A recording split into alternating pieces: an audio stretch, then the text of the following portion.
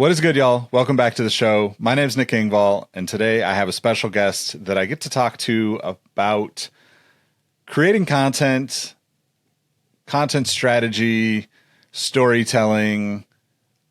This is somebody that's made a huge impact on my life and a huge impact on the sneaker space, on music, streetwear, fashion. Like, this guy's done a lot of cool shit in his career, and I think that I consider him one of my best friends and one of the people that I'm most thankful to have met along my journey in the sneaker world. So he's worked for companies like Complex, Finish Line, Guess. The company that he's working for now is doing some really cool shit, helping underserved communities start their businesses and really grow their businesses.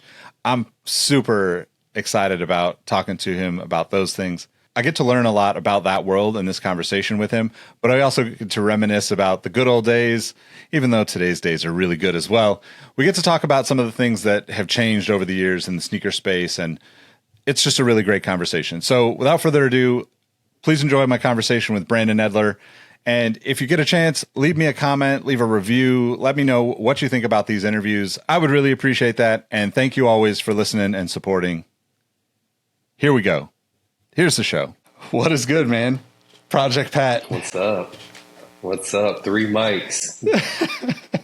I knew that I would be thrown back into a whole different era by just getting on here and chopping it up with you, because I figure you bring something that would trigger some thoughts for me. So I was going to go with the throwback jersey, but I'm starting a new thing starting this Friday through the end of summer where I'm going to go throwback every Friday for the rest of the summer. And it just didn't feel appropriate since we're taping on a Wednesday. I didn't want to break the rules for it, but you got all these great throwback jerseys. Just because I'm 40 doesn't mean I can't rock them. Nice. Yep. All right. So let's give people the quick rundown on who you are, what you do, and then we'll get into how we linked up and all the fun we've had together. Absolutely. Brandon Edler. So right now I'm currently the head of content for a venture capital firm called Slauson & Co. For those that don't know what venture capital is, I didn't either when I first started. But essentially we're helping fund businesses at the earliest stage of where they are and really trying to help them get their dreams off the ground, their ideas off the ground. And our firm specifically, we really focus our missions on underrepresented founders, typically from Black and brown communities, primarily in business tech, small business tech, but on have other investment theses that we're open to as well. So you should check us out at Slauson & Co.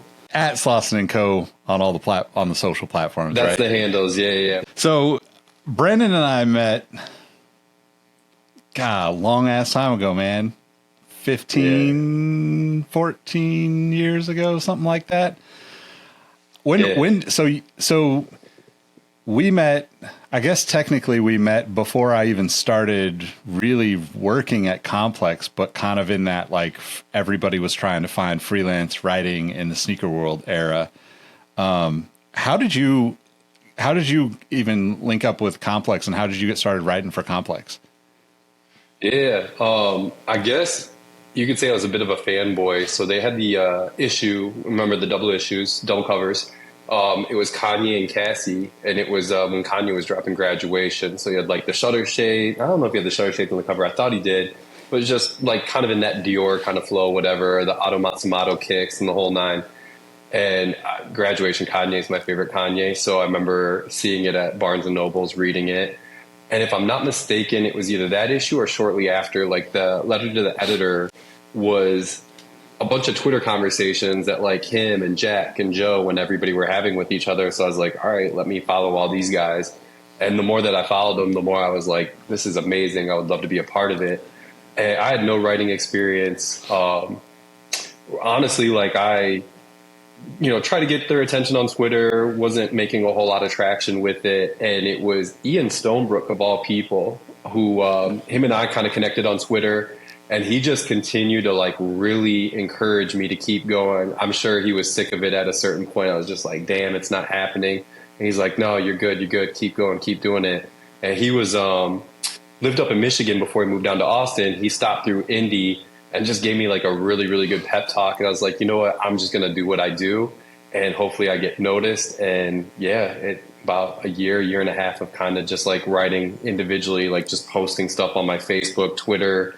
Um, Man, I can't even think, was it like Blogspot, whatever that was? Like I was like putting stuff on there.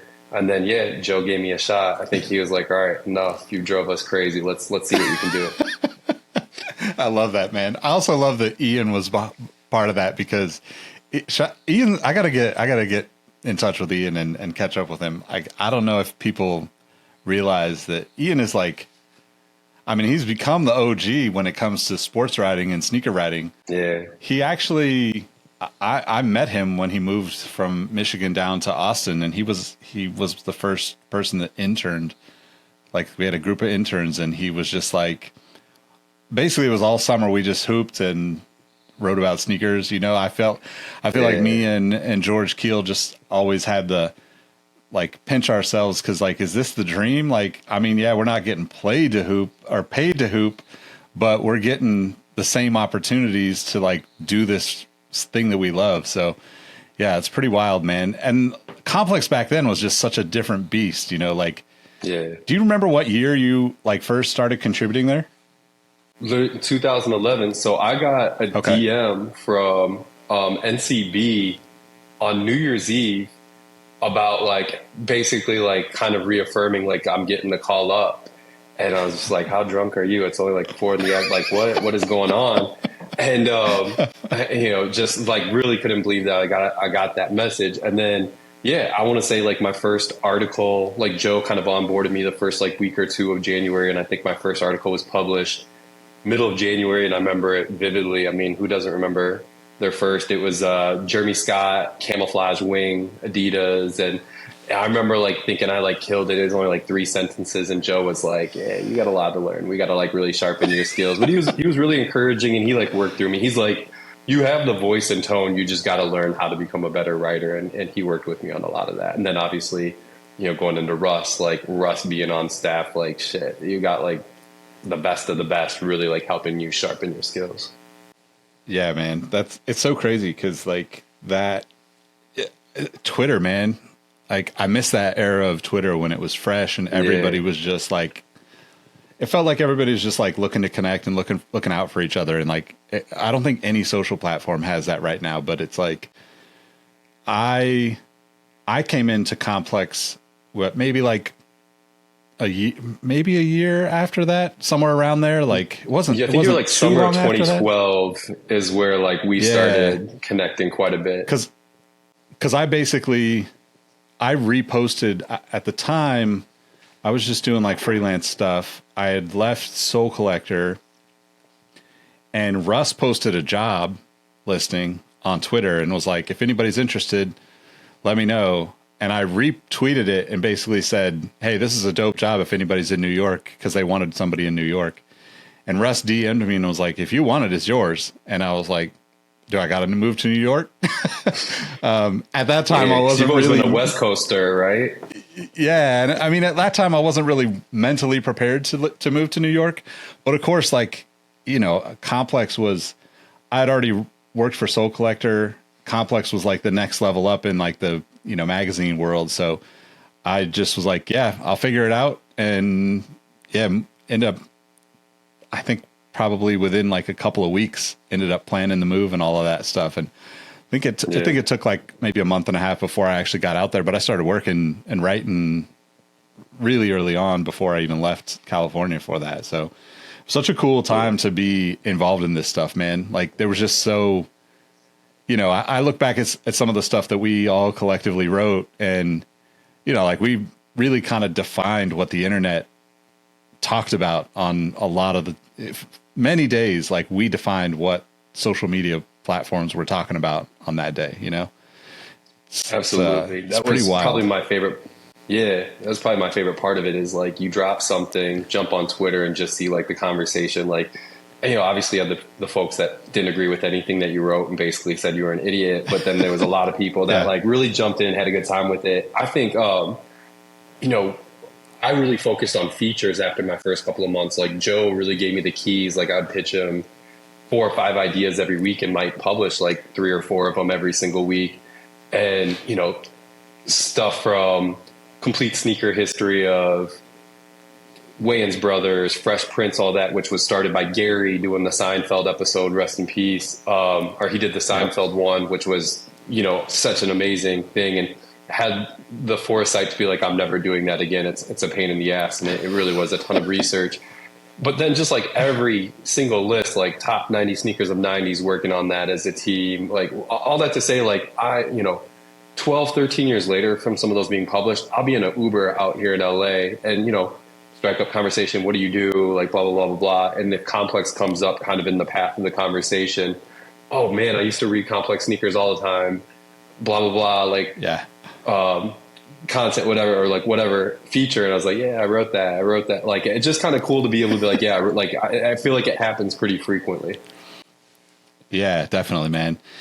It was kind of just a, like a perfect storm of everything for all of that. Like we kind of started off running, not knowing where it was all going. And like, I remember like, I actually signed up for Complex Sneakers Instagram and Twitter accounts to break them out, because we only had the one handle when I started. And I was getting frustrated because, like a month or so into being there, it was like I kind of took over the channel or the sneaker content and was like, you were kind of my right-hand man. Russ was like my right-hand man as well. But like, it was such a, like we were trying to do like long form stuff with Russ all the time. So it was like, we were trying to have him do the print stuff.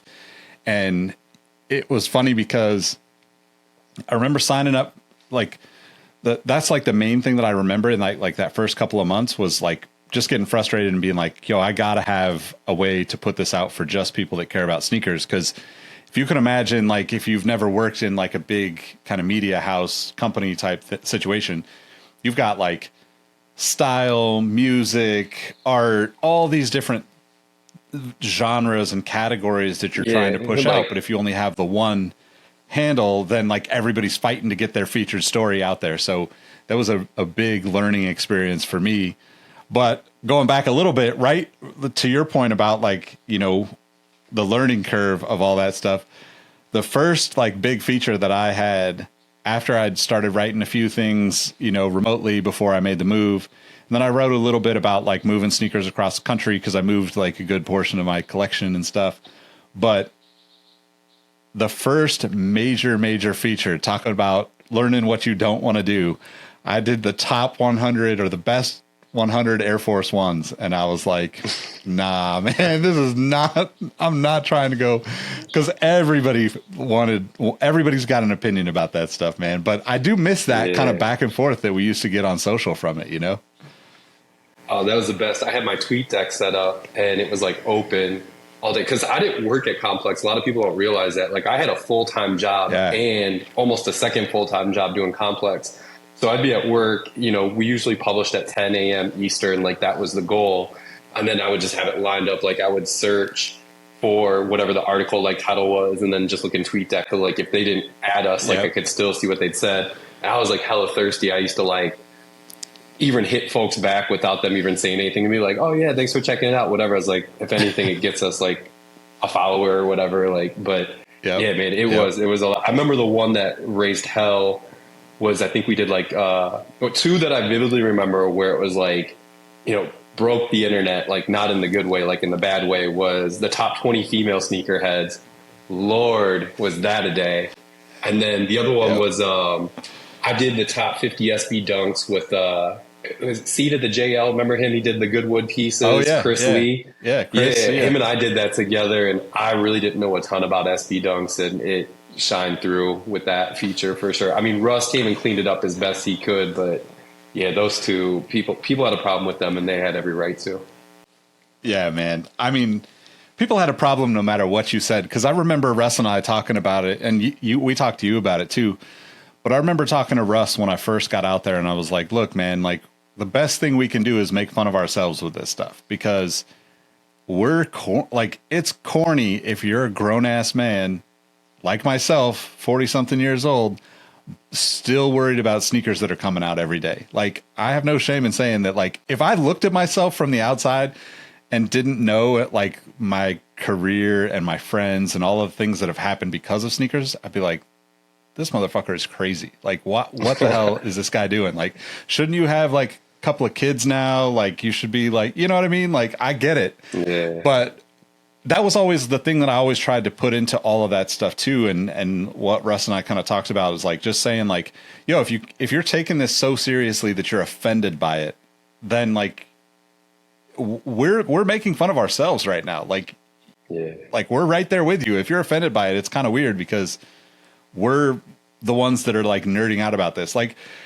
how crazy is it to have, you know, like at times we would have half a dozen, even a dozen people debating on a list of just like whatever nuanced shoes, you know, like most of the people don't even know all the shoes on a list, let alone like, you know, and obviously sneakers has grown like crazy. So there are more people and it's not just, you know, Nike Talk folks that, you know, I mean, that was a list that we did too, was like all the people from Nike Talk you needed to follow. And I remember people just all in my DMs just being like, how could you not include this person and that person? Yeah. And, you know, the way we approached it was like, well, we're going old school. Like, we're going like the roots of Nike Talk, not like whoever's like trending topic at that time. Yeah. And of course, you can't satisfy everyone because there's 1,000 people that are like, I'm famous on Nike Talk. Put me on that list, you know?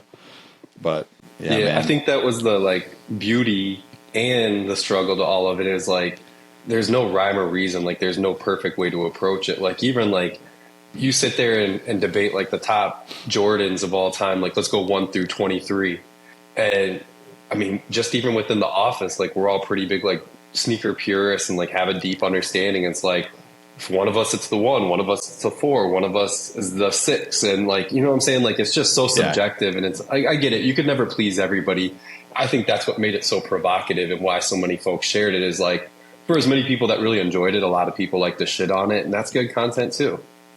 Yeah, definitely, man. And I think that's the thing is like, I don't think any of us would look at every list that we worked on and be like, yeah, that's exactly how I would say it, you know, because we all push and pull to get it to a point where we could at least say, all right, we're at like an 85% level with all of us, you know, like that. Yeah. That's where like everybody feels mostly good about it. Somebody's going to be like, nah, that shoe is definitely not in my top 10. But yeah, it was some crazy times, man. I think like that's kind of an interesting segue to more of the stuff that you're doing now. But like, just in general, like, how do you feel about social now? Cause like, I feel like we had the best of it in that era where, you know, not only was like, if an emergency happened or like some breaking news happened, it was there for everyone right away. But also you could actually have like some pretty substantial conversation around things. And now it still happens, but I think so much of it has moved into like YouTube comments, Reddit, you know, like Discord groups. Like it's so different where like Twitter always felt like the community, like gathering center, especially for sneakers and hip hop and, you know, sports and stuff that we're really passionate about. But do you think, I mean, you mentioned to me the other day about Reddit, and I'm on Reddit, but I am literally just a lurker on there. It's rare that I post and I still look at it for news, but I don't engage with it the same way that I do other platforms. Yeah. I'm not a poster either. I'm a lurker as well. But I think what I love about it is it's not really built on influence, meaning like the top comments aren't going to be the same person over and over because they got clout on there. It's just like, it feels like the best thought, or in Reddit's instance, probably the most sarcastic, witty thought is probably going to be the top thing that you see. But I like it that it just feels a little bit separated versus like, well, this person has 17 million followers, so whatever they say has got to be the gospel.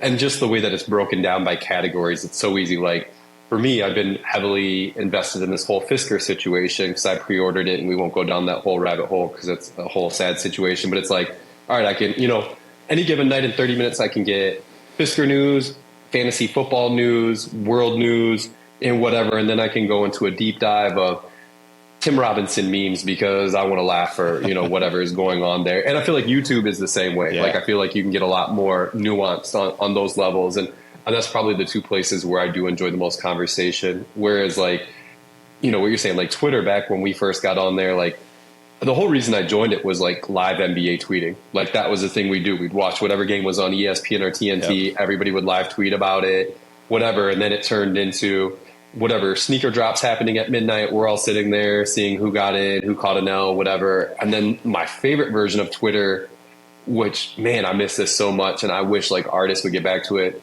Forget the streaming services, just drop the album at midnight, and then we would all listen to it in real time, like watch The Throne like in real time. Yeah. My Beautiful Dark Twisted Fantasy in real time. The way that media and content has changed so significantly, I think it's robbed us of a lot of those community moments because we're not all at the same time and pacing on a lot of that stuff. And I get, like Beyonce drops at midnight on Spotify, whatever, you could technically do it that way, but it just feels so different than it used to be. The one advantage I'd say of content now, though, is like the storytelling's gotten so much better. Like you see the woman who was on TikTok talking about the person that she married, like 50 episodes of it. Next thing you know, she gets hit by a talent agency to be, whatever. And that might be more predatory versus like her being really talented, so to speak. But like, whatever, she got a lot of people's attention and nowhere else. At no other time could you have done stuff like that. And just like when we were first coming up in social, it was just like really good, clean photography. Now it's about really good video and transitions. It's just a lot more entertaining. Like the level of production's got a lot better. It's just we're at the mercy of the owners of it, aka Meta and X, and it's just like, all right, I could create the greatest thing in the world, but 3% of the people that follow me are even going to see it, and going viral is next to impossible. And that's why a lot of people favor TikTok over anything else, because the possibility of getting more visibility is a lot higher. But anyways, that's, I guess, my old man ran on all of it. No, I mean, I think it's really interesting because, like you're kind of in a different place on the content side of things now where, people, like even just what people think of when they think of content is so different than what I would have said 5, 10 years ago, 15 years ago, right? Like before it was like, oh, you're a writer, you're a content writer, like you're doing blog posts day in, day out, right? Like that was it, right? And now it's evolved into like such nuanced stuff, kind of what you're saying, where, you've got to have like levels to everything, production levels, the value behind all of these things, the virality stuff. And I think that it's really kind of, I personally feel like it's like we're kind of at coming to a head with that stuff, where I think there's going to be some changes in the way that these platforms like capture and work. Like I can't remember if you and I raps about this, but the artificial intelligence stuff that's out there, right? Like the fact that they've had access to all these different platforms and all these people's work.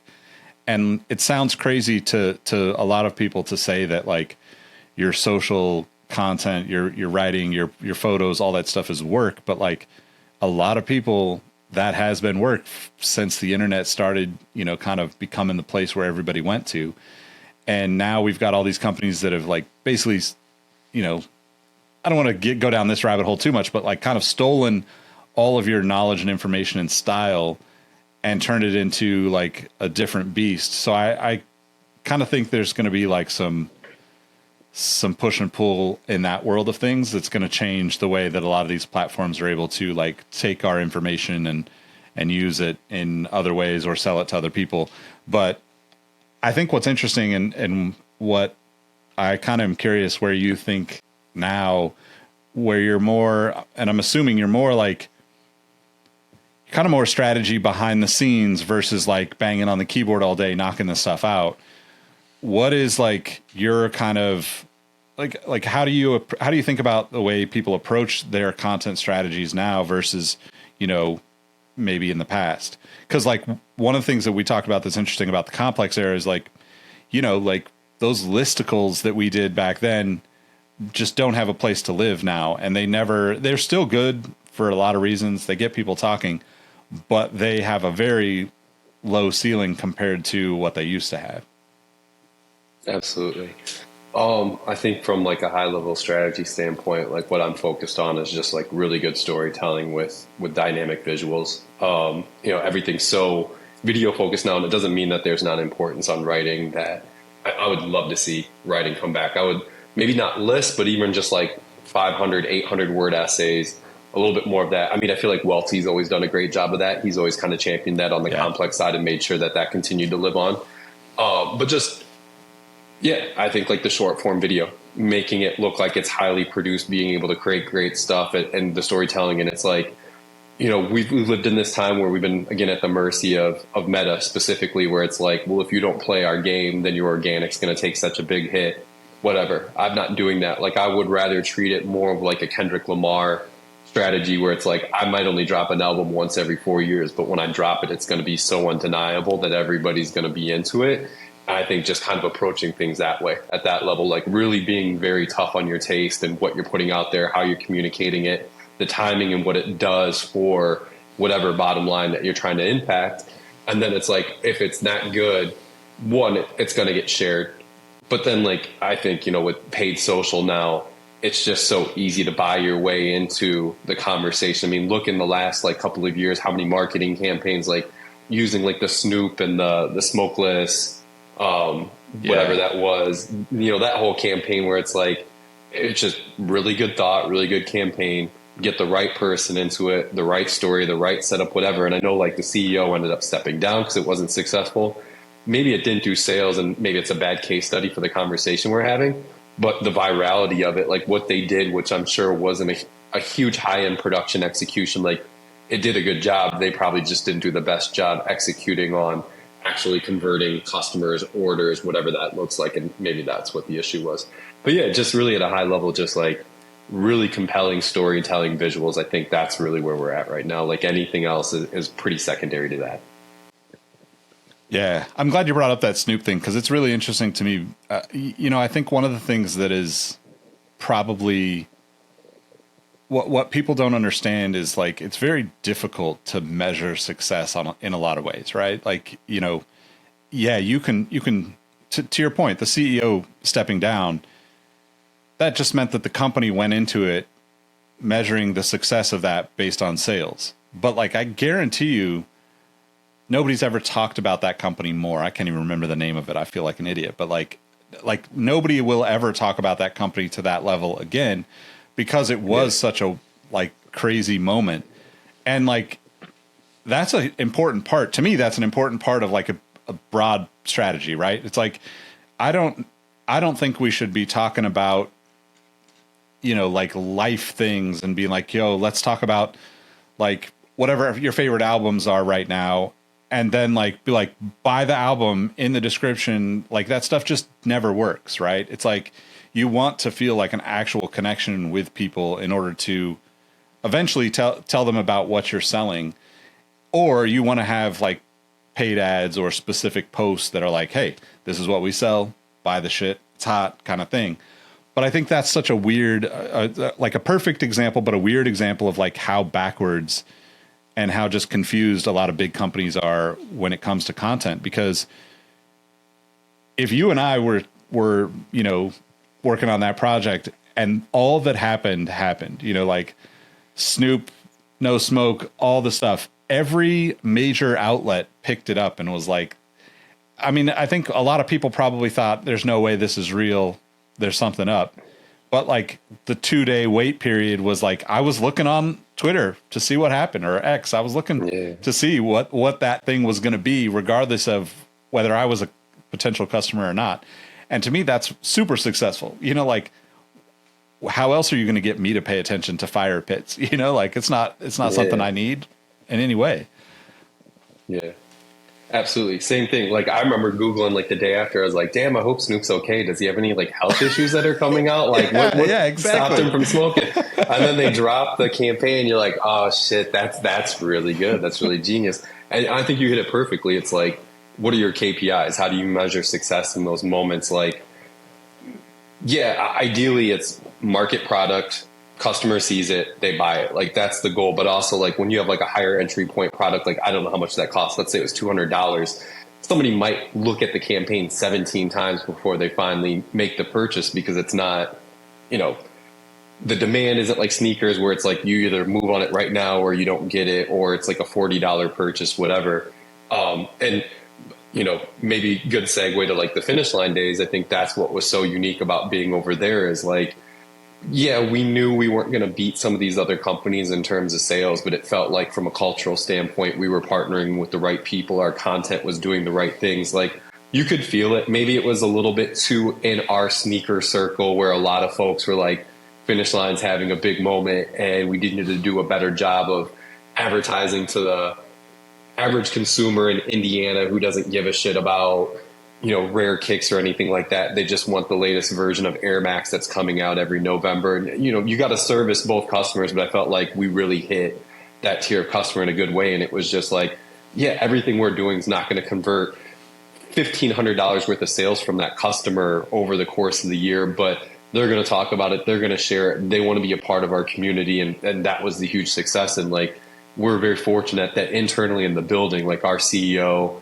our boss, Paul, like everybody that was kind of attached to it, Mike, like everybody seemed very supportive of it. Yeah, definitely, man. I mean, I was just talking to somebody about the, you know, like the Steph Curry stuff. So it's crazy how much like some of the Finish Line stuff will pop up from time to time just in conversation. And I mentioned to you the other day, like somebody made a post about the Air Max campaign that we did back then and like being a part of it. And not somebody that's like a big influencer. Obviously we worked with some guys that are pretty big now. But like just across the board, you know, we tried to cover all of our bases with who we partnered with to share their stories. And, you know, it always feels good when you kind of like have that like reminder, because you know, like we've done so many things and I don't remember most of the stuff I've done at this point. Like I don't have a very good memory. But one of the things that I was thinking about was, you know, like talking about Paul, he, you know, like he really kind of gave us the keys and like was like in a sense like that very. The first thing was like, for me, the biggest thing was that Under Armour, Steph Curry, like putting the court in the mall and, you know, doing a 3-point contest in the mall and doing like Google Hangouts doesn't even exist now, but like this was like a live stream and, you know, I think you were on remote kind of like helping people that were coming on remote because we were trying to get everybody involved across the US in different places. But man, it was like stressful because we didn't know what we were doing. And Paul was like, "Can you make this happen?" And I was like, "Yes, I can make this happen."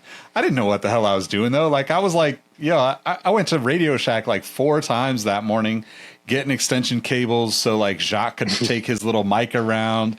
And like, you know, we figured it out and it was super dope. Like I look back on that and like, of course things have evolved and like, you know, the tool that we carry, I mean, we could live stream better from our phones right now than we could have 10 years ago.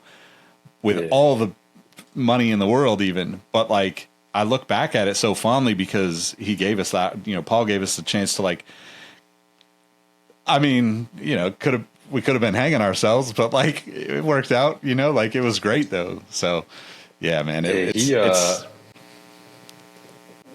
doesn't get enough credit. He really did give us a lot of room to fail, to succeed, to do whatever we want. I mean, I'll take it even back a step further. When I first got hired on, you know, left Complex, went over there, and I think it was within 2 months, Paul had realized, like, all right, this guy really gets it, and he tried promoting me to the content manager. And so I had a boss at the time who I felt like didn't really believe in me a ton.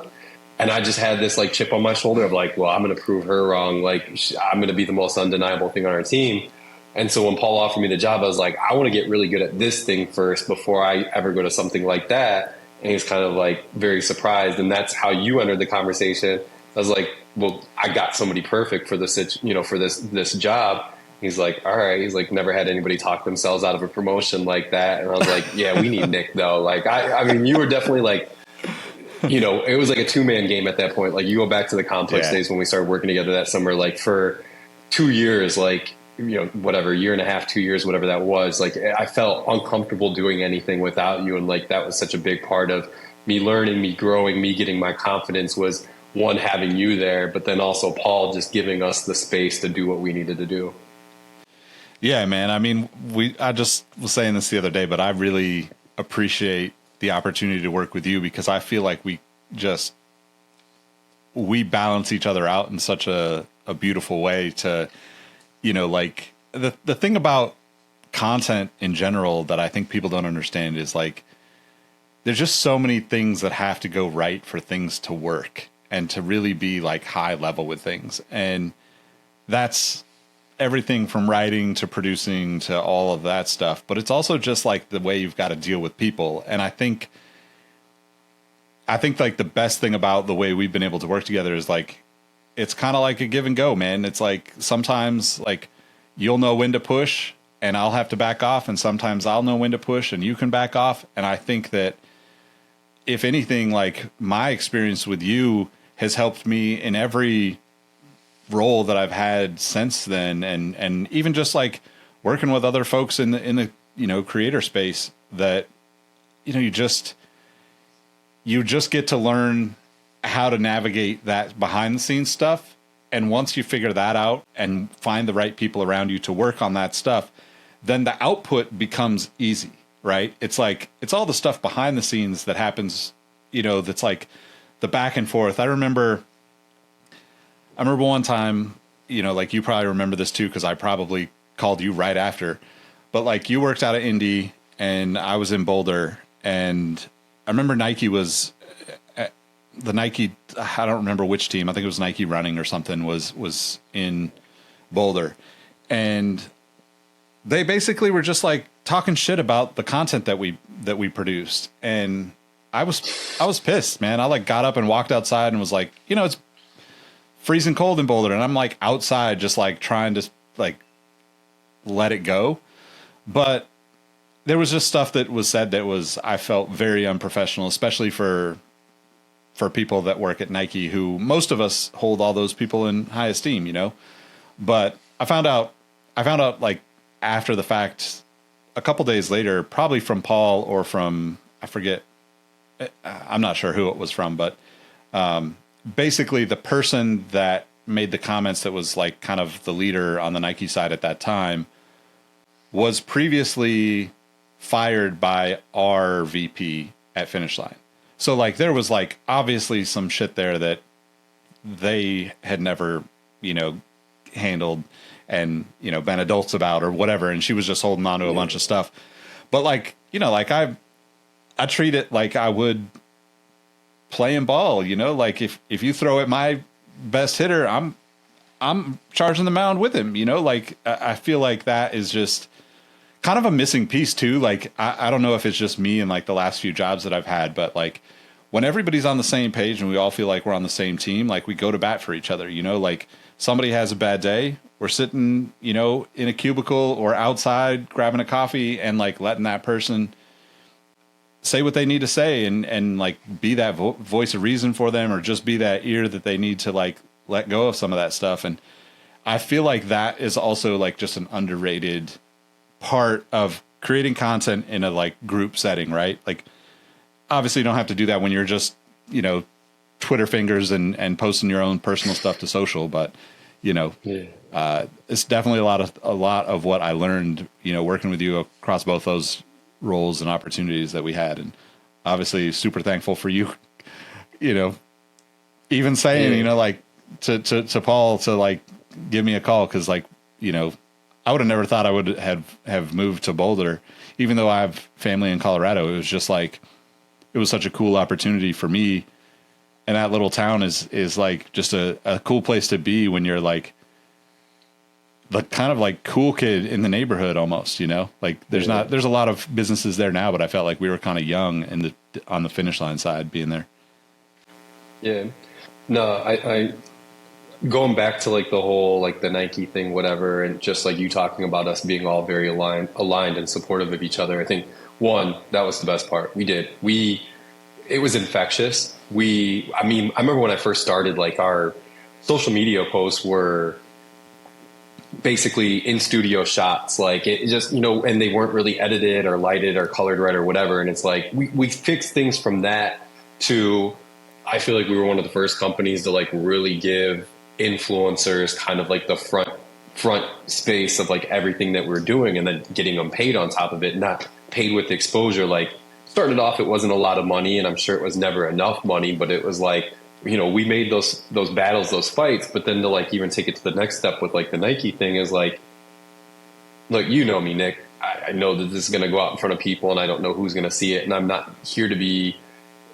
a jerk about it or anything like that. But also, like, we were the ones that were like, well, kids don't wear their sneakers like this. All we're simply trying to do is market them into a way that resonates with them. And if I'm not mistaken, like one of Nike's like first lines in their marketing playbook is like, the whole intent of social media is meeting people at the intersection of where they already are. That's all we were trying to do, is like, look, we know how kids wear these shoes. I get it's a running shoe. I get you want to call it a technical runner, but a large portion of your consumers aren't going to wear this to run. They're going to wear this with joggers. They're going to wear this with a hoodie, whatever. Like, we don't need to put it in 3-inch inseam shorts and wool socks and the whole nine. And that's what like felt like the whole like conflict in the battle was. And eventually they came around. And like, is anybody ever going to say like what we did with influencers, how we styled marketing, like that we were the ones that kind of like really pushed that forward in the early 2010s? No. So I will. Like, it just, let's call it like it is. Man. And like, again, it was just so fortunate to have people in the building that were so supportive of the vision. Like, everybody really understood, like, for us to stand out, we had to be different. We couldn't just be like, thank you for the assets, let us repost it. Like, our job would have been so much easier and less stress-free if we would have just went with status quo and been like, cool, great assets in front of a colored background, with a guy running in the snow, whatever. Like, we just didn't do that. And I think that's what I absolutely loved about that. It was like 1 through 12 on that team. Like, everybody was like, yeah, we believe in this. Let's do this. Let's go with it. Like, I mean, like, everybody from Castro, Max, Pete, Evan, Jay, Caitlin, like, everybody just seemed so good about like really supporting what it was. And it was, I don't think I've ever been in an environment like that any other time. And last thing I'll say is like, I think the reason I remember being in the hallway of my apartment building, talking to you, like, kind of like not trying to convince you, but convince you. Like, I was like, I want you to do what's best for you. But I'm like, I think the reason you should come out here was we've been reporting on sneakers. I feel like now we can really influence like what it looks like out there for consumers. Like, instead of just being like, this is the new hot shit. Like, it's like, no, this is the new hot shit. Allowing our friends to tell those stories, giving them the opportunity to be at the forefront, instead of, recapping everything that's already been done by the brands. Yeah, man, it really was such a crazy experience, because I think like, I think Finish Line had a blog, but they hadn't really like, it was like outsourced, and it wasn't really flowing the way like it probably could have been, or to the extent that it could have been. And who knows, like, obviously there's all sorts of reasons why those things happen, but it was really cool to come in there and like, it took a little bit, but like to feel like everybody was on the same page, to feel like we were all like really like after the same out for the same goals. And I think, like, I mean, that was like 2012, 2013, and we were putting Nightwing and Foamer and Jacques in Finish Line on the posters, on the walls, like, dude, it's crazy to think that we were doing that back then. Reminded that I had dinner with Brandon Walker on Sunday, B-Walk, who worked with us there, ended up going to Adidas, whatever. He showed me, like, when we first would do like our social reports, like he would just write down in his little notebook, like what their followings are or whatever. Rachel Demita, when she first started working with us, had less than 5,000 followers on Twitter and Instagram combined. And it's just like, it's crazy. Like, the amount of people that like, it feels kind of like Belichick's like coaching tree. Like, you kind of like look back at it, and it's just so many people that are like absolutely murdering it, that, started off just doing what felt like some Mickey Mouse stuff for us, and it really evolved into something very cool. Yeah, man. I think too, like the funnest part about that for me, like in terms of like why Finish Line was the perfect fit for it, was that we were kind of the underdog in the mall stores. Like we we had a little bit more of a run and gun mentality with it. And we also had like, we went after a broad group of people. We weren't just like, hey, buy the Jordans. Like Jordans were selling out at the time. You know, we didn't have to worry about that so much. But it just popped up in my like, you know, memory thing or whatever on my phone few weeks ago. The like Finish Line Run Club, the women's run club that we did down there in San Diego. Like the whole event was like, you know, like 7 or 8 girls that were just like, you know, at the time, like they were just starting out on their like creative journeys or influencer journeys, whatever you want to call it. But like a lot of them are like really successful now. And it was just so cool to be a part of something where, you know, we had that freedom to like not have to focus on, honestly, like if you think about it compared to Complex, like Complex were always focused on what numbers were driven. And I think that the Finish Line side of things, we kind of got to figure out how we drive revenue based on the stuff we're creating, and like gave us a much more balanced approach to content across the board by being able to work on those different, you know, categories and with different types of people and different locations even, and all of that stuff. It's pretty wild to think of how much it's evolved. Because, you know, like I've worked for companies, you know, since then that are still not even, you know, like putting forth that kind of effort, you know, still thinking about, you know, like the just like simple, you know, nothing against it, but it's like those beauty shots of a sneaker.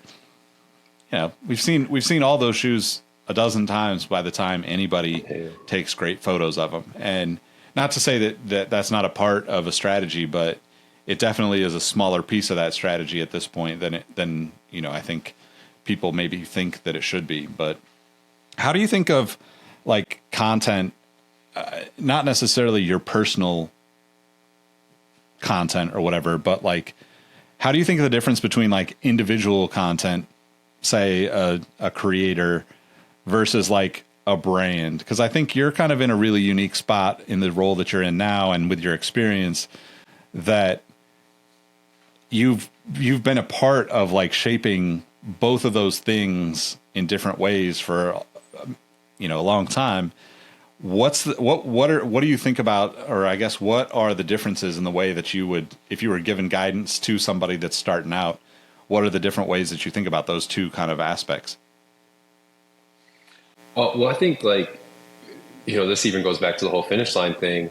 It's kind of like a cheat code when it's you. Like you just get to lean into the authenticity of who you are, and you don't have the same kind of guardrails as you would if you are a brand. Like obviously, like, you know, you look at like Nike, Apple Playbook or whatever, like they have very specific ways of how they have to do things. But as you, who's at the intersection of what they do, you have so much more boundary that you can kind of step over, do what you want. So I think it's like, that's the key ingredient is like you, what makes you special? Like, what are you so passionate about? Like for me, like on my personal page, it's like just a lot of nostalgia. Like I'm a very nostalgic person. Like that's a big part of what my brand would be considered or whatever. So like, yeah, I just get to kind of have a good time with it, whatever. Like I'm not creating things the way other people are. Like I'm good just posting up like an old video of something that might take you down to a certain moment in time, something you may have forgot about. Obviously you're doing something similar with sneaker histories, or not even similar, like you're, you know, really leading the way when it comes to stuff like that at a much higher level. But I think that's what the, you know, the real bonus is on that individual side, is you just have a lot more that you can kind of like reinvent yourself with and do. And like, obviously you want to have it somewhat dialed in. Like you want some consistency so it doesn't feel like it's coming from somebody different every single time. But yeah, and that's where I'm at right now. And my role is helping advise, you know, 40 plus companies on what they're doing. It's like, I almost get to reinvent kind of like my personal injection and what they should be doing. You know, some brands align more with what I'm interested in. Some of them are more financial based, where it's like, you know, you don't have the same kind of like creative room that you can do things with. But I think the beauty is like, yeah, just being able to reinvent things over and over and do different things, try different things. And also just like when you meet these founders, what is their story? How did they get here? Like what is, you know, the blueprint of what was created there, and being able to take that and help folks tell their story. Like that'll never get old. I mean, the 80s, 90s, 2000, whatever, like that's going to be a skill set that's always going to be needed because folks are always going to need to be able to do it. And yeah, man, it's just such an interesting place to like get an opportunity to do that over and over versus like we saw it working with sneaker company, even though we're doing stuff for, Adidas, Nike, Under Armour, Puma, whatever. After you do it for like the same 5 or 6 brands over and over, it's like, you can only do it so often. You can only re-release the same shoes so often. Like it starts to feel a little bit oversaturated and just, I think the freshness that I always get to approach things with, I'm really, really fortunate for. Yeah, that's a great point. Cause I think that, I think we get to, at least the way I think about that is like, I would rather, I get like if you're gathering my thoughts here, if we have like retro product that comes out on a regular basis, right? Puma suedes or something that is like kind of just your like always available. Sometimes it goes off the shelf for a while, but it's always coming back. Stan Smiths, Superstars, Air Force Ones, all that stuff.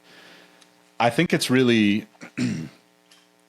like the cool thing for me looking at what you're doing now is getting to be a part of like those other people's stories. I think like if you and I were, we were still at Finish Line or still in like a footwear retailer or, or brand or whatever, yeah, there's only so many times that we can tell a story and still be excited about it. But one thing that I really always enjoy is like handing off that product or whatever it is to somebody who has a completely different angle on it. And that's something that I miss a lot lately. I mean, I just feel like, especially with sneakers, there's been a lot of regurgitated stuff, and that's not a shot at anybody. It's just the nature of the business over the last probably 5 years, 8 years, whatever it's been. And like, there's nuance to that in a sense that you have somebody who, like a Virgil Abloh, that comes along and completely flips their story enough to change the way everyone thinks about a product. But at the same time, like, it's still the same product, like I know that it looks different, but it's still a Jordan 1. And I love that shoe, like I'm not knocking it in any way, but I'm also kind of wondering like, and what I want to be doing in the future is like handing that off and being in the corner of the next person that's going to be like, oh, this is the way I see the Jordan 1, like, I think like an example that comes to mind is I've worn Chucks obviously a long time, right? And I'm very basic. Like they're always, not always like fully laced up, but most of the time I'm always wearing high top Chucks. And most of the time they're completely tied just because those shoes slip around, the tongue falls down, they're kind of uncomfortable. And I'll never forget like Complex Con, probably 2018 or something. This dude was, and I've seen other people do it, but I don't know how people keep them on their feet. This dude had like his Chucks completely unlaced, like the way I would wear a pair of runners that are like snug fitting and like laces are completely undone and loose. And I was just like it's stuck in my mind because I saw it. But like, that's the difference. Like those little things about how you see fashion, music, sports, all those things, we're all consuming it and we're all taking it in, ingesting what's happening, and then we're putting out our version of it, whatever that looks like, whether that's being creative or, maybe you go crazy and you're doing collabs and all that stuff. And I wonder like how in your role now, how you get to, how you encourage people to do that. Cause I think there's a lot of people that have hesitation around it, right? Like, I mean, you and I have had these conversations over the years and worked with people where like maybe the confidence wasn't there, or maybe they were just looking for a reassurance or looking for, different ideas on the way that they could approach it. So how do you kind of, what are the words of advice for those people to like really kind of own up to their story, I guess is the best way to put it. Yeah, I mean, everybody's a little bit different, so I don't know if there's like a one size fits all kind of thing, but it's like you and I have done this long enough. We've got enough experience where it's like the people that we're collaborating with and co-signing, we have a lot of belief in them. And I think we're all human beings and we just get in our heads and it's easy to have a lot of self-doubt. And it's just, this is what I see in you. This is what I believe in you. This is what makes you stand out. And just simply just reminding people. It's like, I know he's not everybody's favorite person right now, but Kanye had this book, Thank You and You're Welcome. And there was like this, have you ever seen it before? It's like he gave it out at the Glow in the Dark tour, and it's literally like a kid's book almost. Like there's like 10 words on each page. And one of them's like the banister theory. And it's like, if you had to walk on like a single line of like, whatever wood, and it was 3 feet off the ground, you would never fall. But as soon as it's 50 feet up, you freak out and then you're more likely to fall, kind of thing. And I think it's just giving people that mentality of like, we're all here with you. Like, make mistakes. If you're not taking those kind of risks, then you're not doing enough. And that's why we're with you, is because we know what you're capable of. So like, it's just like playing basketball. It's like, if you have a coach that's like, go play your game, you're going to fuck up sometimes. But if you do what you're supposed to do, we're going to have a better shot of winning this game. And I think it's just really giving people that mentality of like, you were chosen for a reason. Like, go out and do what you need to do. Yeah, man, that's solid advice. I haven't seen that book in person. I've just seen pictures of it online. Yeah.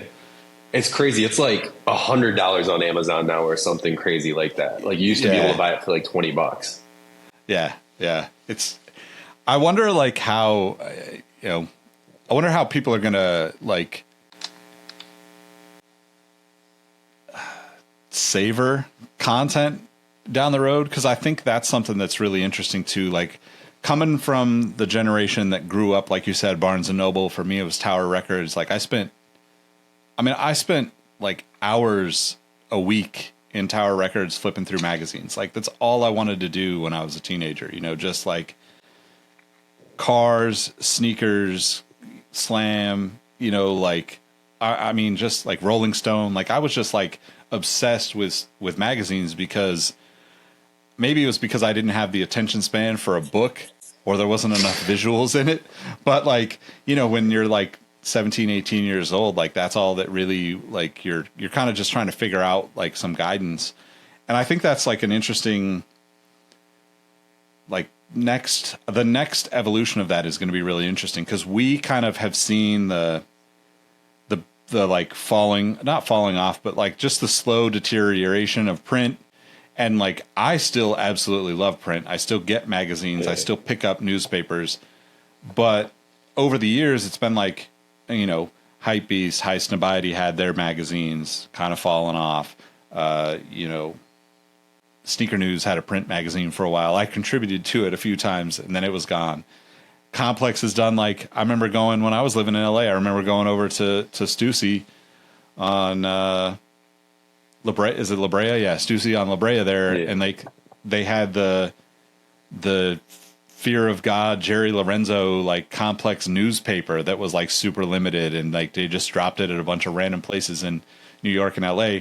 And for me, like I'm always after that kind of stuff just because it's tangible. It's like I like that the physical goods like that I can go back to and look at, because I think a lot of the stuff, kind of coming back to your advice on the, like nobody cares if you make a mistake. Nobody cares.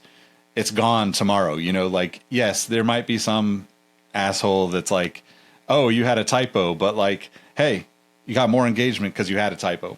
Fuck it. Like, yeah. Like wake up tomorrow and get back to it, And I think that's really interesting. But also I could see where there's like a world where the next youngest generation that's consuming like sneaker content, hip hop content, that kind of stuff could even be like really into print magazines, because they just don't have that, it's easier to collect something like that comes out, 4 times a year or 12 times a year than to collect, shoes, but you still want to have those memories. So I could see that becoming a thing again in the future, where kind of the way vinyl has had a resurgence, like I remember like, I remember being at your spot and being like your little like newspaper thing. And I was just like, yo, that is like the sickest thing I've ever seen.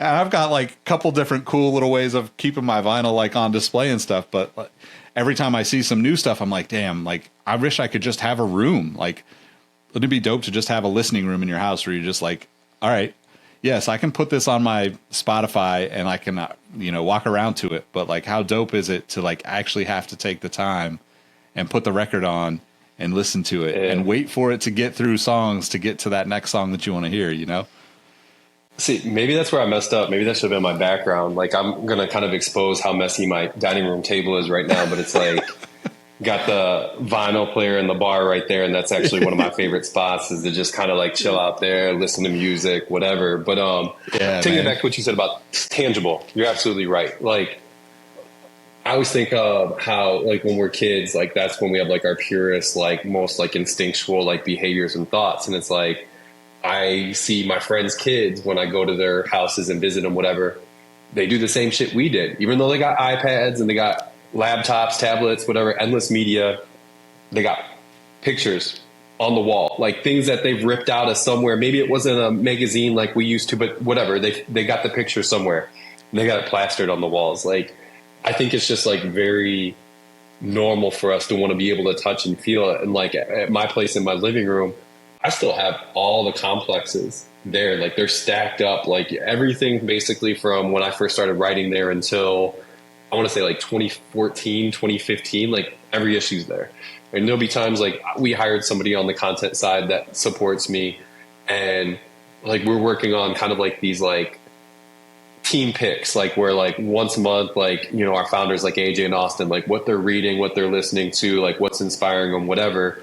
It's like, actually, like this kind of like gives me the vibe of like when Kanye did like his style breakdowns, like let's take elements of that, like elements from this Antenna magazine. I don't know if people remember that. Antenna was one of my favorites, like stylistically, whatever. And it's like basically create a mood board. Like, I'm sure a lot of people just go and find it on Pinterest or whatever. It's like, no, like I got the physical magazine. Like, I'm going to go straight to the source of like where a lot of this stuff came from. And like, I love being able to flip through it, because like, I think it was on the Newsroom, the Jeff Daniels show.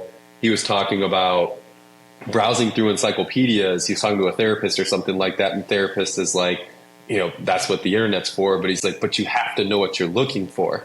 And I think that's the beauty of having some of these tangible things, is like, if you don't know to go look for issue September 2012 to find something specific, how would you know where to find it? Like, that's why I love having some of this stuff, or Boot magazines, old Slam magazines. Like, it's just source magazines. Like, if I'm ever fortunate enough to have a kid somewhere deep down the road, like I can't wait to show them all that stuff. Like, that's things that I guarantee they're going to appreciate a lot more than the 2D version of it on the internet.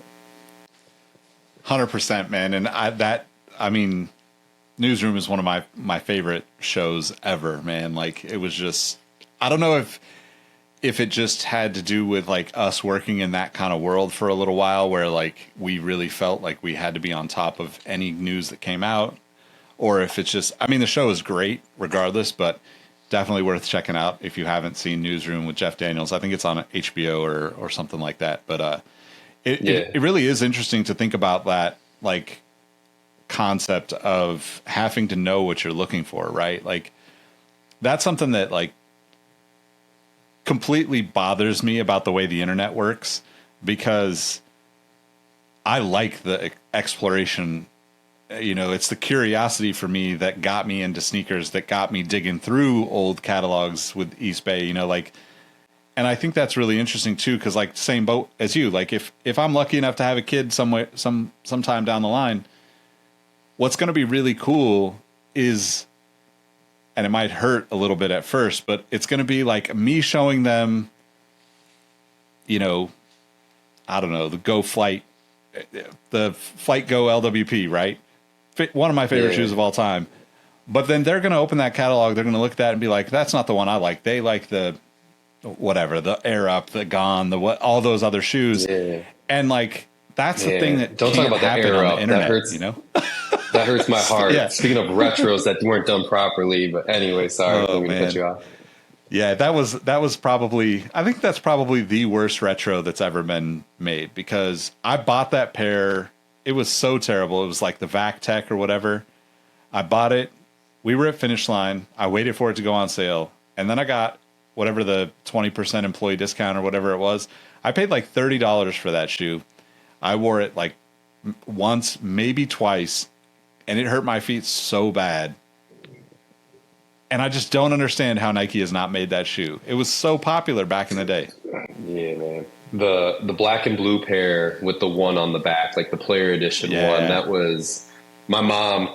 I don't know how she found those. Like my mom is incredible, the level of thoughtfulness that she'll go through. But she knew I was a big Penny fan. She saw them somewhere randomly, and she knew I had to have them. And it was like, I think that shoe is a more memorable moment than prom or anything like that to me. Like it just absolutely stands out as like one of the favorite things that's ever happened. Anyways, I mean to take us off on the whole the hurt that we got for not getting a proper air up. Yeah, it was good. I mean, it's funny too because it had that. It was that era where Nike started doing the like air up apostrophe 14, so that you knew that it was that year or whatever.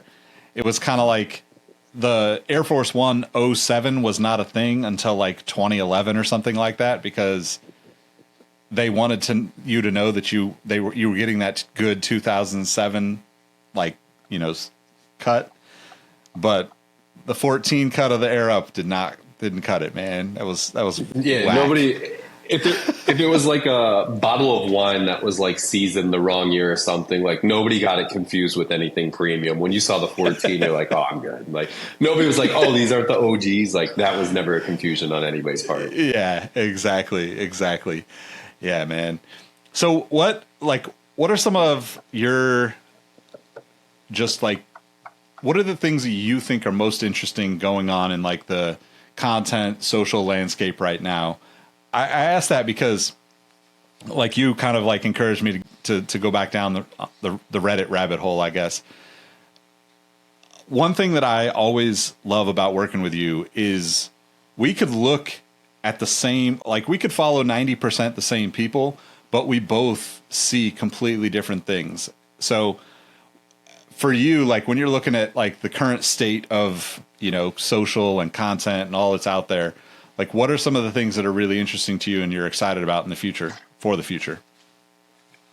Yeah, this might be not the sexiest answer and very on brand with me, but the deep dives of the historical stuff. Like it's never been a better time. Like I love for this younger generation that they have people that are just spoon feeding them information about stuff that happened in the 80s and 90s versus like you talk about when we first started writing, like there was a lot of information out there. Like I don't think as writers we got enough credit of like, if you didn't remember this shit from 15 years ago, there wasn't really a good place for you to go and find it. So I love that about content. I love the community aspect of going on a YouTube video of a song and reading the top comments of like, this song takes me back to 95 when I first got my driver's license. And it's like, that's not me. I didn't have my license quite yet, but like, I feel you. Like, I get it. Like something about that connection of humanity through a lot of this, like the memories, the historical context. Like one of the weird deep dives I did last year was like, it feels a little taboo now with everything that's coming out, but like all the old Nickelodeon stuff, like the Snick stuff, like just like things that you're like, how could I have forgot like this commercial or this toy or whatever? Like that's probably my favorite part. Like there's a lot of things to be excited about with the future of content. Like I just even the quality of lenses, the different kind of photography, the way things are editing, transitions are getting sharper and sharper. Like it makes for a more creative experience. Like if I could live in a world that looked like a A$AP Rocky or Travis Scott music video, I love that part of the future of things. And I love the direction it's going in. But like, for me, it's just the deep dives, the historical part, the guys who can just do like a DJ set and put songs together that you never would have imagined. Like just, it feels like there's just like this endless possibility of knowledge and creativity on things that give you a sense of comfort because you already know them, but I'm getting a new version of it. Yeah. Oh, 100% agree, man. I've been like thinking about ways to kind of try to, I don't want to get too deep into this because I don't want to give away the idea, but like kind of what you're saying, right? It's like letting like the next generation take the thing and their spin on it, right? And I think it's like really easy to find it in the YouTube comments of like music videos. A lot of the like, you know, like the deep, long interviews that happen now on social or on YouTube, you know, like I think that's one of my favorite things, like kind of like the, you know, like Jinx or somebody who's like going deep on like a topic where, you know, like instead of it just being like in podcast form, you're getting the video form of that. Right. And it just adds so much depth to something that I already enjoy, or like a subject on top of that, a subject matter that I enjoy. But then it's like, you've got other people on that are like also contributing to that are like slightly left or slightly right of the main, you know, person's point of view. And I think like, that's just like, I almost feel like we're like in a point where everything is slowing down, and like, I don't want to say it's like a reset, but it kind of feels in a sense like we're going through that process right now to be like, hey, it's been cool to see like, you know, don't get me wrong. I love like TikTok and Vine and all the short form stuff too. But like, it's been really cool to see even someone like, if you look at like, you know, most famous YouTubers out there, Mr. Beast of the world, their videos are 20 minutes long now versus like 8 minutes and 50 seconds or whatever that algorithm thing was, where it was like, I just spewed like 6,000 words in the first 30 seconds of talking to you. So you'll be so excited that you'll stick around for the rest of this. And like, it's actually like, oh, I actually just like this dude because he seems like a chill dude, instead of the chaos that we've been in over the last like 2, 3, 4 years, where like everything had to be so cut short. To your point about just in the visuals, the transitions, the, you know, ASAP Rocky type stuff, where it's like, all right, we're still like, there's still like a lot of stuff that's fast paced, but there's more intention and more thought process in the way that we get through those fast paced things to tell the bigger story in ways that I don't think I even really like recognized were happening as we were kind of moving towards it. So I'm 100% in agreement on that being like a really exciting new direction for things. I was going to say, share my least favorite. Yeah, go ahead. Can I share my least favorite thing on social? Yeah. Dude, the like lip syncing videos. I can't stand it. Like there's nothing more cringe or painful for me than watching people, not to the music and dancing, but more so like scenes from a TV show or movie. And it's like for example, like if I did one like to like The Godfather and I'm acting like a tough guy, like oh my gosh, dude, like I don't want the government to overextend itself to be shutting down social media platforms. But if they could shut down that genre of content, I'll vote for whoever in California can make that happen. Oh my God. Yeah, that's pretty bad. I was actually going to ask you that made me think. So I don't know how much truth there is to this, but music wise, like you're way more well versed in the music side of things than I am. I saw probably on TikTok or Instagram something short that was basically like French Montana released like 10 different remixes to a song in order to kind of game the system to get credit for those like plays, because people will go and use his audio and make their own, whether it's lip syncing or whatever content they make, you know, like, yeah. I was like blown away that was like the strategy. Cause I'm like, why would you do that? Like the beauty in music back in the day, and, you know, putting my old man hat on, is like getting that to a DJ and letting the DJ do what they do and hearing it for the first time. This is going to sound maybe not as cool as people think I am. I don't know if anybody actually thinks I'm cool, but the song that pops into my head right now is there was an NSYNC song that was about like Friday night and just got paid or whatever. And they had a remix with like Bone Thugs and Harmony. And I was like, wait, is this a real thing? Like, I didn't know if it was real or not. It was on one of those like Friday or Saturday night mixes. I heard it and I was like, Yeah. This is mind blowing that somebody would put these two. Granted, now we would see that all the time, but this is like in the, like late 90s, early mid 90s, whatever.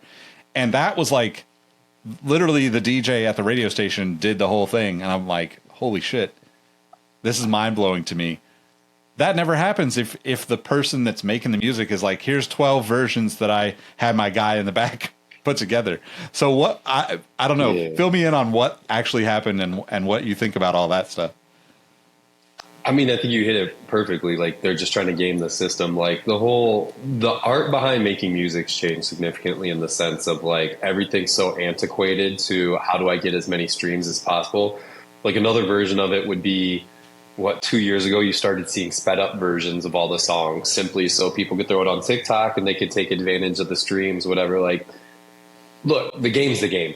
Like, word to the wire. Like, you got to play whatever's going on in the battlefield. You kind of got to make adjustments for it. And that's just how music's going right now. Like, it's unfortunate that, to your point, there isn't a little bit more space for creatives to kind of do what they do. Like, blends, like that's, what you're talking about. Like, remember the one with like Tupac and DMX that was, everybody got it off of Napster back in like 99 or whatever it was. Yeah.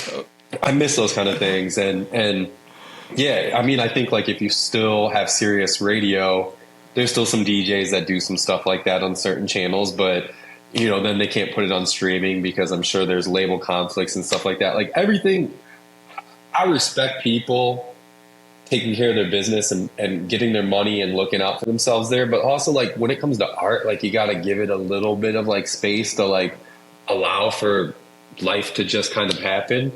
And not maybe in an AI sense. I don't necessarily love the idea of Jay-Z and Drake songs being created by computers. But like, if somebody naturally hears something and something else and they want to put it together and create something, like, that should be able to live on Spotify. Like, labels figure it out later. Like, if anything, chalk it up to that's just going to get more visibility to the artist, whatever. But I mean, back to your initial part, like, yeah, it's unfortunate. Like, everything's just gaming the system. Like, Migos are a perfect example. Like, Culture 2 or, whatever, the Bad and Bougie album, amazing.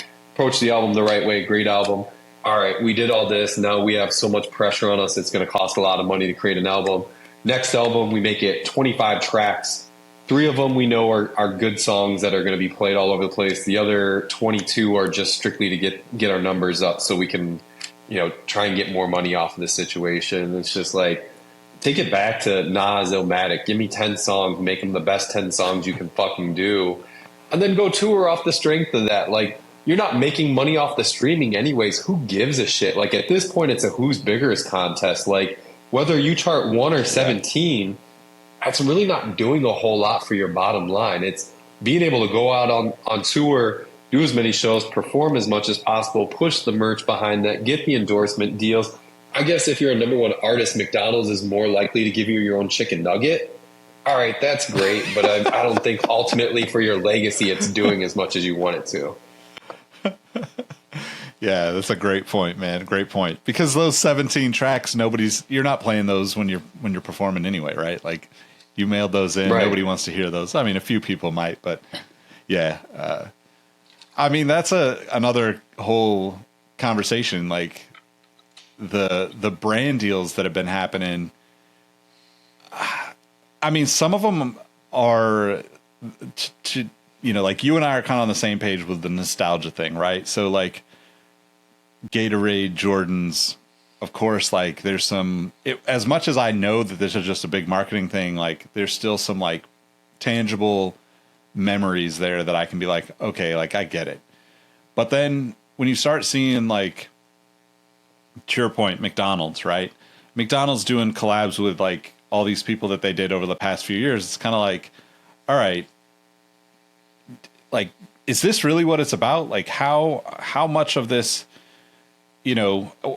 where should the line be drawn between like a brand sponsoring an entertainer or an athlete or an influencer or whatever, and the collaboration? I'm air quotes for people listening, like, because there's clearly a huge difference between those two things. But like, if the person is big enough, then everything sells out anyway. So the measurement is always successful for whoever the partners are. But like from a cultural perspective, like, I mean, I love McDonald's, but like also fuck McDonald's. Like we shouldn't be eating that shit, you know, like Yeah. that's the hardest part for me.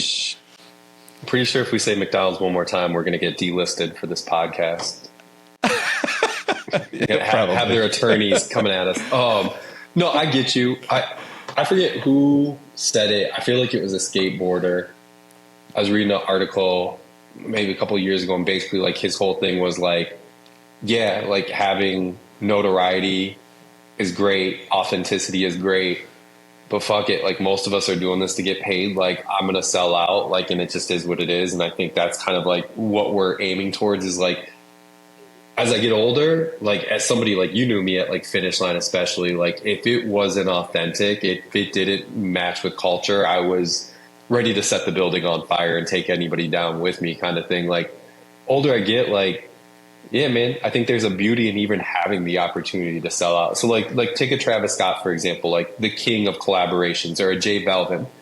Yeah, a lot of them are super corny. Yeah, a lot of them don't really like fit really well with like what they're trying to do culturally. But, and you know, I'm not, a whole nother debate on how much money is enough money. I don't think these artists need to be 700 millionaires versus 70 millionaires, but who's it for me to say what's enough's enough? But that's a whole different topic. But yeah, like if you have the opportunity to have that generational wealth to where it's like, I'm not just taking care of me, my seed, my parents, like literally my cousin's cousin for the next 2 lives are going to be completely fine. Like take that McDonald's deal, whatever. I think let's call out the things that need to be called out, in the sense of like, that doesn't deserve awards. That doesn't deserve the notoriety. Like when we look back on it in 10 years, it's the guy who probably got paid less than $250,000 to do 2 colorways of his dream shoe with New Balance. And he saw the process from start to finish, where he picked out the colors, materials, created the whole marketing scheme, whatever. Like that's the stuff. And I just feel like the same way restaurants are graded for health reasons, like an A, B, C, whatever. I feel like marketing campaigns, like you should have clarity of like what the real connection was on this. You get a C if you just took a check and basically jumped in the commercial. You get an A if you saw it from A to Z. Man, that would be super dope. I mean, I know there's all sorts of like marketing, you know, talking, like, I don't know, talking heads sounds bad, but like there's all sorts of platforms that discuss like strategy and campaigns and all that stuff. But that's definitely something I would love to see. I mean, like, you know, we have it with baseball cards, you know, like why can't we have it with, you know, like everything, right? Like there should be somebody doing that, to be honest. Like, honestly, There's probably be somebody doing that in the sneaker space too, so people can learn from some of the mistakes that are made. Shout out to the Air Up 14. It makes me wonder, like, you know, I'm 100% on the same page with you, and like, just, you know, get it while you can, you know, like I think that's a really interesting talking point that like almost never goes away. But the idea that somebody's selling out because they sell a business or sell, you know, like get a brand deal or something, it's like most of the people, okay, in my experience, nobody that's ever done what I want to do has ever talked down on me doing what I have to do to get by right now. And I think that's the way I think about all those deals. Like, I don't know people's financial situations, nor do I care to. But if it was right for them to do it in that moment, then so be it. I think my biggest gripe with those types of things, like Travis Scott Happy Meal or whatever it was called, that to me should have like a little bit more actual Travis Scott in it than just McDonald's rebranding the meal or whatever. That's my only thing. I think like if you're going to do it right. Do at least put enough effort into where people who are casual fans can be like, oh, cool, I'm actually going to go to McDonald's today, you know, like versus I'm not going to go line up to, you know, get the, if it's all sold out and stuff, but that's a whole other conversation. I mean, we've kind of moved into this. I mean, I've been away from StockX for a number of years now, but like it completely changed the way everything we look at in the resale side of things and how that drives things. And think like even like stuff like the Travis Scott McDonald stuff was being resold. You know, like I remember people like selling the uniforms or T-shirts or whatever that the employees got. And it's like going back to the point of like wanting something tangible. I hope that we're moving past the tangible thing that we want just being limited and unavailable. Cause like everything is eventually unavailable and sold out. Like it doesn't really matter. We all get caught up on hype sometimes, but I feel like that was a very like poignant moment in time to me to be like, wow, that's really selling out, you know, like, yeah, it's odd. I think it's really odd. We all got caught up there, I think, for a little bit. I think one of the biggest learnings from it is there's always going to be another opportunity to basically throw away your hard-earned money on something that you don't need without having to pay 4x to get it, kind of thing. But also, like, especially working in, you know, a fashion brand around a bunch of 25-year-olds, for them, I don't think hype drives them as much as it probably does like the sneaker community. But I think the sneaker community's gotten better. Like if you look at the resale of sneakers, like you've seen a pretty drastic drop. And for a lot of people, I think, you know, experiences, that's nothing new in the sense of like people appreciating experiences over tangible things. But I think we finally gotten to a much better balance with that. On the other side, like people are also willing to pay $2,000 for a garment, which that wasn't really a thing 10 years ago. Like I'll pay $750 for a Jordan, but I'm not paying $2,000 for a jacket. So I don't know. We always find ways to part ways with our hard earned money for reasons that don't really seem necessary. Yeah, man, totally. You brought up the like experiences, right? Like that's kind of the last thing I kind of wanted to ask you about is like, in terms of, you know, we're kind of in an interesting place because we had like that handful of years where like COVID, we're not doing any of the in-person stuff. So all of the like, what I would say are like the big events, the big concerts, the big festivals, all that stuff kind of went into like a really deep lull. And a lot of that has come back, but with the news of like Complex and Network and all of that happening, and this like, you know, kind of like the sneaker con side of things seems to have like cooled off, doesn't have it, but there's a lot of like small local things happening. How do you think like the marketing and content for like either in your world of startups or even just, you know, going at like let's say a Finish Line or someplace like that, how important is that in-person stuff? Because we used to always talk about driving people into the stores, into the malls to like be able to see the product in hand, because, you know, once you see it, it becomes more real and it becomes more appealing in most cases. But we're also in this place where like, you know, like outside of like big malls and like super popular, trendy, like high end places where they always have foot traffic, we're kind of seeing like a lot of the malls just dead. Like I saw a picture of on Threads the other day, and it's like one store left in, you know, a 70 store mall that like is about to shut down. So how important is that in person, and will there be more opportunities for it? Is it going to be like, we're going to have Complex Con? I mean, I know they just did Hong Kong, but like, are we going to just see that happen monthly? Is that just going to replace like the in-person? It's like, those are like content opportunities for a lot of the like just starting out type of creators out there. But like, absolutely. I don't know. It's a weird spot. Yeah. Well, I'm not going to sit here and pretend like I know how it would fix like the mall situation, but I think one thing that we discussed when we were at Finish Line that never came to fruition was blanking on the name of what we were called the stores, but they were like kind of like our like flagship stores that were supposed to be more elevated. They had a name for it. But we wanted to treat it more like a lounge, like a true sneaker boutique where it was like there'd be couches there, there'd be something to do other than just go in and buy a shoe, like basically a place to hang out as well. And I think it all goes back to community. And I mention all that because I feel like if you give people a reason where they can have an easy easy place to hang out with common interests that intersect with each other, that's what a complex con does. But it's at a much higher level. It's a much more premium brand in general. But like, I mean, how many times have you went to Complex Con? Not because you necessarily cared about the booths or whatever, but it's like, I know I'm going to run into 30 friends that I haven't seen in a long time, or it's an opportunity to network with folks that I don't typically get to see, or maybe even see an artist, whether it's a musician or, Murakami, whatever. Like, you got to give them a reason to want to come. And if it's like, well, you have the opportunity to come drop $180 on a sneaker, like that's just not enough anymore. And that's the beauty of e-commerce. It's like, I know my shoe size. I can buy that online without ever having to get out of my chair or whatever.